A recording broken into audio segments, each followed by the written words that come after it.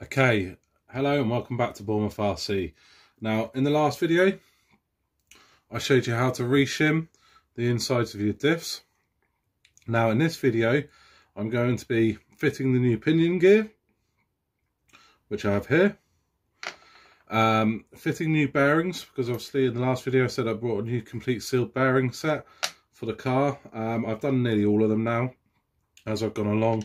I've got the rear wheel hubs done, both sides. I've got the front ones to fit. I've done the steering ones, I've done all the diff ones, so I've got a couple in here, and then the front ones when I do the arms. So first of all, the old pinion.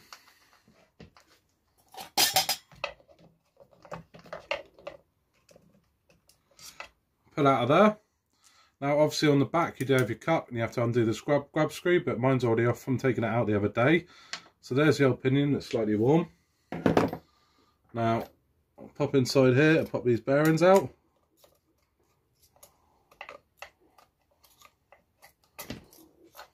Small one on the other side.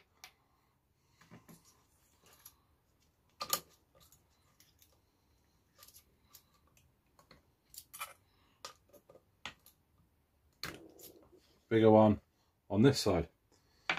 So again, nothing wrong with the bearings, but I've heard they're not the best bearing in the world, and also they're not sealed. So new bearing on this side.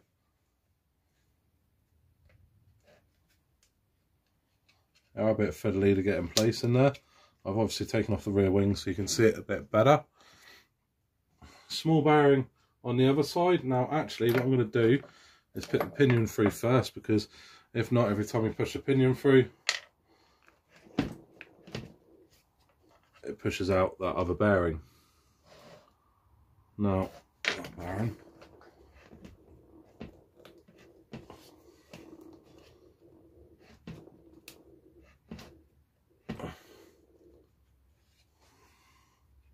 Does not want to go all the way in.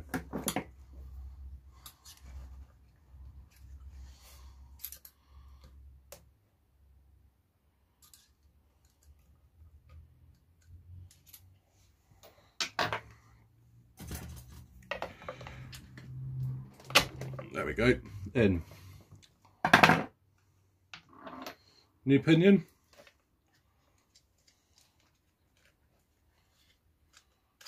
Through there. And the bearing on the other side. Okay, so that's nicely got in there. Now, spin the car around.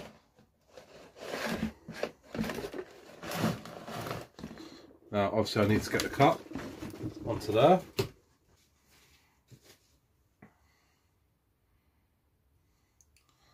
Now obviously as this is going into metal, and also you need it to be nice and tight, a little bit of locked tight on the thread, not loads, just enough to keep it locked.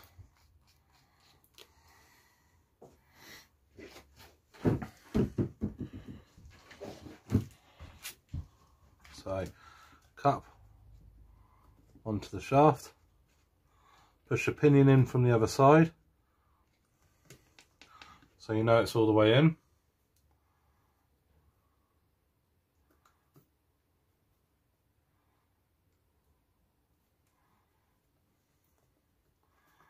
And then nice and tight onto there. Wipe off any excess Loctite, you don't really want that getting around the car. There we go, so that's one ready.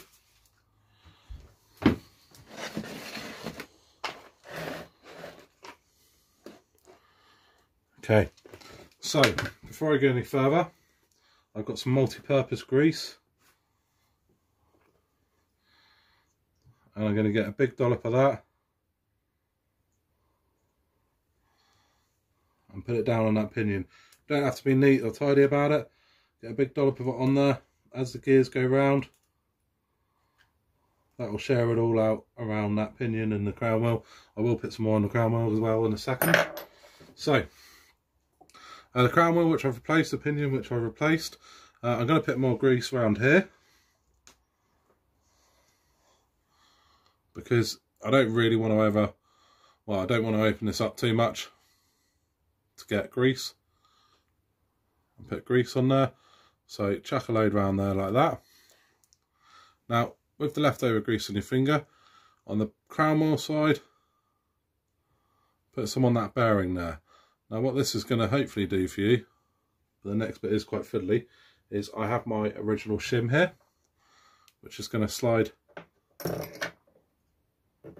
over the cup, and that grease will just help it stick there. Now, so that's slid over the cup and stuck onto there, that grease.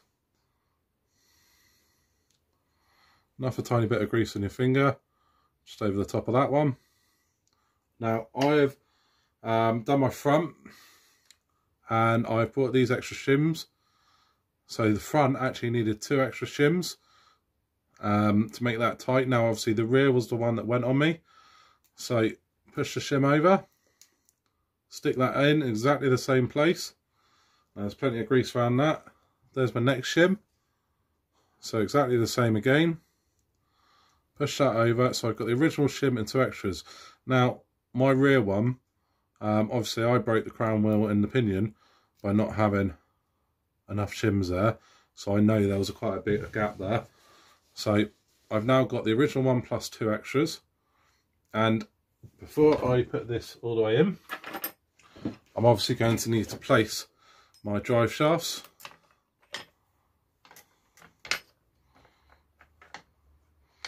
Into the cup of the wheel. And into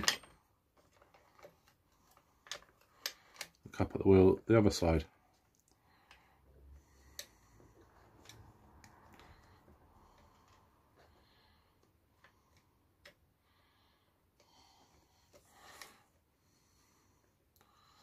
See, with this one actually I need to go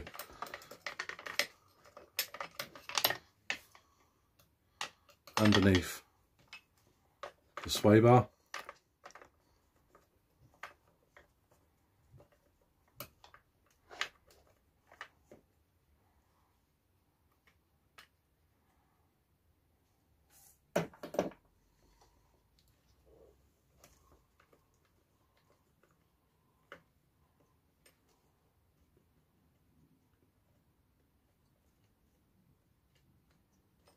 Line it up and get it in.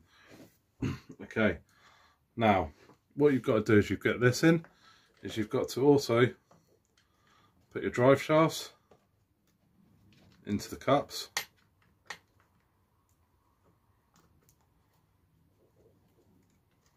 Now it is a bit fiddly with the shocks on.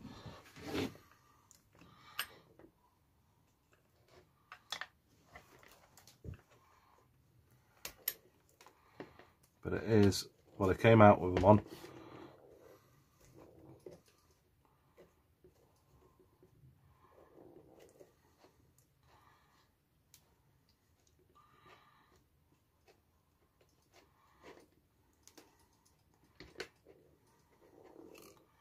Just about doable. Okay. So now I've got both them into place. I'm going to work the diff a little bit into the holder. Now, as you do that, you do have to fiddle around with the cups to make sure they go the right sides of it. Now, once you've got to this point down here, take a small screwdriver and push those shims into the cup as you go down. It is a bit fiddly, but they do work their way down and into there.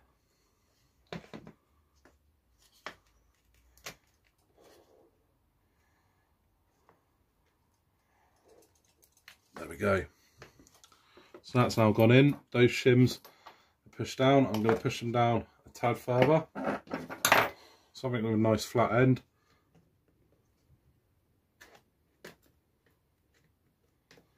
Okay, so got 2 shims into there,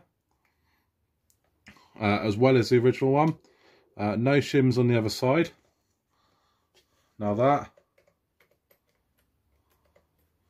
Goes around nicely in there. Obviously it will come loose as you turn it there because you've got no holder on it.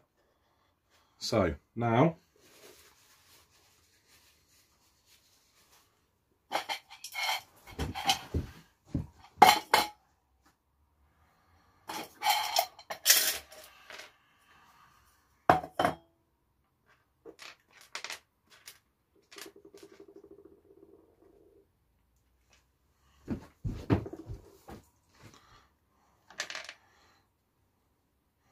put the cover over. It's important as you do this, obviously you make sure those shims are inside the top cover as well as that bottom cover. So again, if you need to, push those shims in as you go.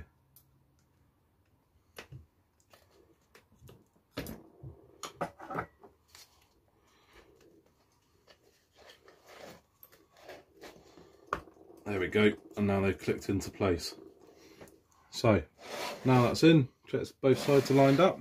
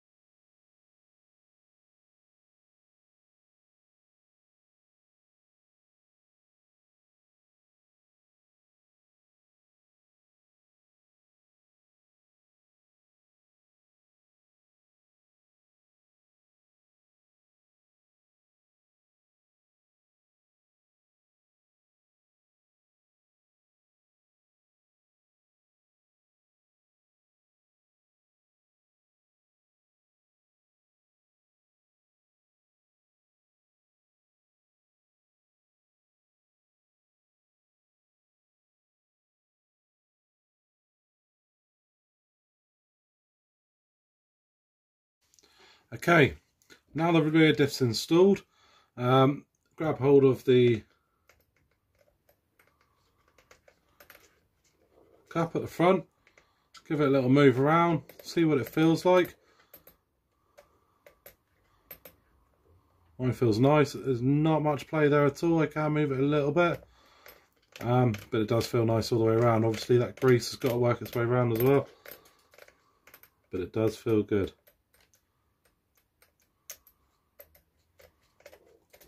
There we go. So that's it from Bournemouth RC tonight. All I've got to do now is chuck the centre diff in. Obviously that one doesn't need shimming because you actually move your pinion if you need to make that more in line. Chuck the centre diff in. Do up the chassis braces. Once I've done that, the next video will actually be fitting the RPM front arms to the front. And then with a little bit of luck, we'll be out this weekend for a bit of a bash. That's it from Bournemouth RC tonight. Thank you very much and good night.